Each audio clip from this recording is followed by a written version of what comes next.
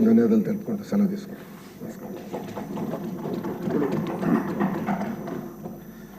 సమయాభావం ఉంది. చాలామంది మాట్లాడాలని వ్యక్తపరిచినప్పటికీ ముఖ్యమంత్రి గారు మాట్లాడవలసింది ఉంది. ఈలోపు నేను కృతజ్ఞతలు తెలుపుకోవాలి కాబట్టి వారు మాట్లాడే ముందు ఒక 4-5 నిమిషాలు నేను సభకి నమస్కారం.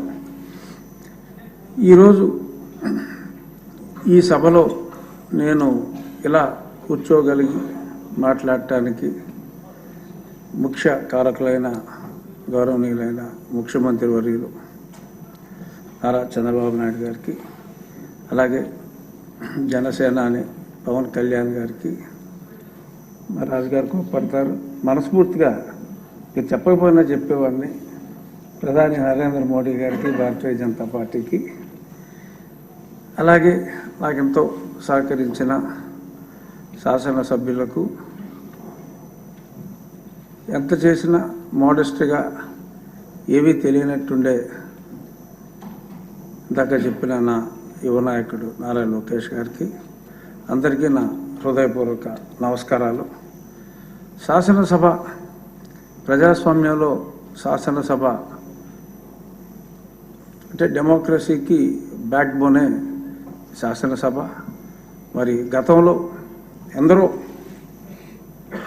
టంగుటూరి ప్రకాశం పంతులు గారు, వావిలాల గోపాలకృష్ణ గారు, తరిబెల్లి నాగిరెడ్డి గారు, పుచ్చలపల్లి సుందరయ్య గారు, ఎందరో నీలం సంజీవరెడ్డి గారు, టీవీజీ రాజు గారు, ఎందరో మహానుభావులు ఎన్నో చట్టాలు చేసిన సభ.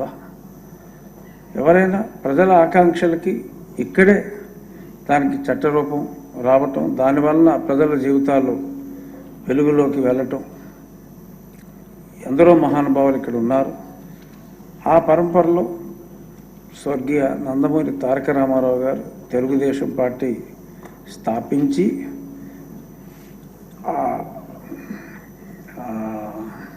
సంక్షేమం అనే దాన్ని ఒక కొత్త ఒరవడి సృష్టించి భారతదేశంలో మొట్టమొదటిసారిగా సంక్షేమం యొక్క విలువ, సమాజమే దేవాలయం, ప్రజలే దేవుళ్ళు అని ఊరికనే స్లోగన్తో కాకుండా పరిపూర్ణంగా ఆయన విశ్వసించి మరి గొప్ప సంస్కరణలు చేపట్టి ప్రజామోదంతో, సభ్యుల ఆమోదంతో మరి ప్రజల జీవితాల్లో వెలుగు నింపింది ఈ సభ.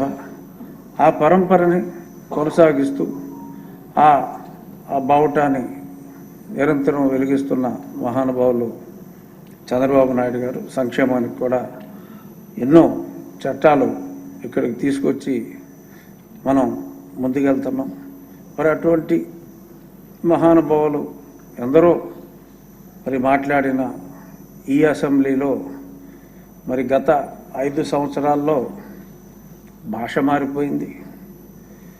అతి దారుణంగా శాసనసభలో ఒక వ్యక్తులు ఇలా మాట్లాడతారా అని ఎంతో జుగుప్స కలిగించే విధంగా మాట్లాడారు. ప్రజలు చాలా తెలివైన వాళ్ళు.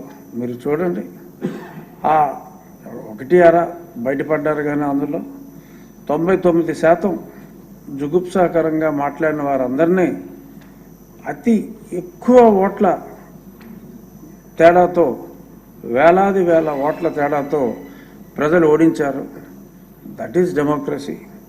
సో ఒక బుద్ధి చెప్పారు, మీరు ఏం మాట్లాడతారో మేము అబ్జర్వ్ చేస్తున్నాం, ప్రతిదీ మేము చూస్తున్నాం, మనకు తగ్గ శిక్ష విధించేది ఓటర్లే అని చెప్పి వారు చెప్పకనే చాలా స్పష్టంగా చెప్పారు. మరి అది అర్థం చేసుకోలేక చిన్నపిల్లోడు చందమామ కోసం మారాన్ చేసినట్టు ప్రజలు ఇవ్వలేదు. దానికి చంద్రబాబు నాయుడు గారు కానీ, లోకేష్ గారు కానీ ఎవరైనా ఏం చేయగలరు? ప్రజలు వారికి ప్రతిపక్ష హోదా ఇవ్వలేదు. ఇవ్వని హోదా గురించి ప్రజలను ఏమన్నా అంటే ప్రజలను అనుకోండి, కానీ మరి చట్టాలో లేని దాని గురించి మారాన్ చేయటం అనేది ప్రతిపక్ష పార్టీకి భావ్యం కాదు. మరి ఈరోజు ఆ పార్టీ ముఖ్య కార్యదర్శి విజయసాయిరెడ్డి గారు చక్కటి ట్వీట్ కూడా ఇచ్చారు నన్ను అభినందిస్తూ. మరి సభ సజావుగా జరిగే విధంగా మీరు గతాన్ని గుర్తు పెట్టుకోకుండా చాలా బాగా నడిపిస్తారని చెప్పి it's a very positive statement. మరి అలాగే ఈ చందమామ మారాలు మానేసి దాకా మా అచ్చెన్నాయుడు గారు కోరుకున్నట్టు ఒక్కరోజు కాదు ఎక్కువ రోజులు ఇక్కడికి రావాలని నేను కూడా మనస్ఫూర్తిగా కోరుకుంటున్నాను. నాకు మైక్ ఇవ్వట్లేదు అంటే ఒకసారి వచ్చి చూస్తే కదా తెలిసి మైక్ ఇస్తున్నారో లేదో. రాకుండానే నాకు మైక్ ఇవ్వట్లేదు అంటే డెఫినెట్గా 11 మంది సభ్యులు ఉన్నారు కాబట్టి వారికి ఉన్న సమయం డెఫినెట్గా వారికి ఇవ్వటం జరుగుతుంది.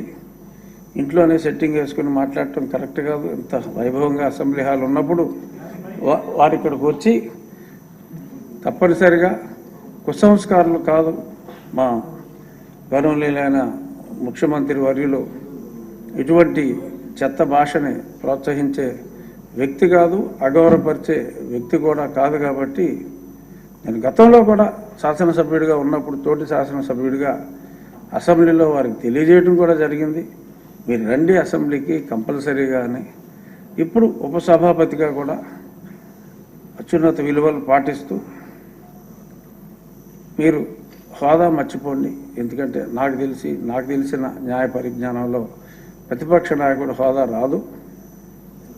మారం మానేసి వచ్చేయండి అసెంబ్లీకి, ఇది గౌరవ సభ, తప్పకుండా మిమ్మల్ని గౌరవిస్తామని చెప్పి ప్రతిపక్షానికి కూడా నేను మనస్ఫూర్తిగా తెలియజేస్తున్నాను.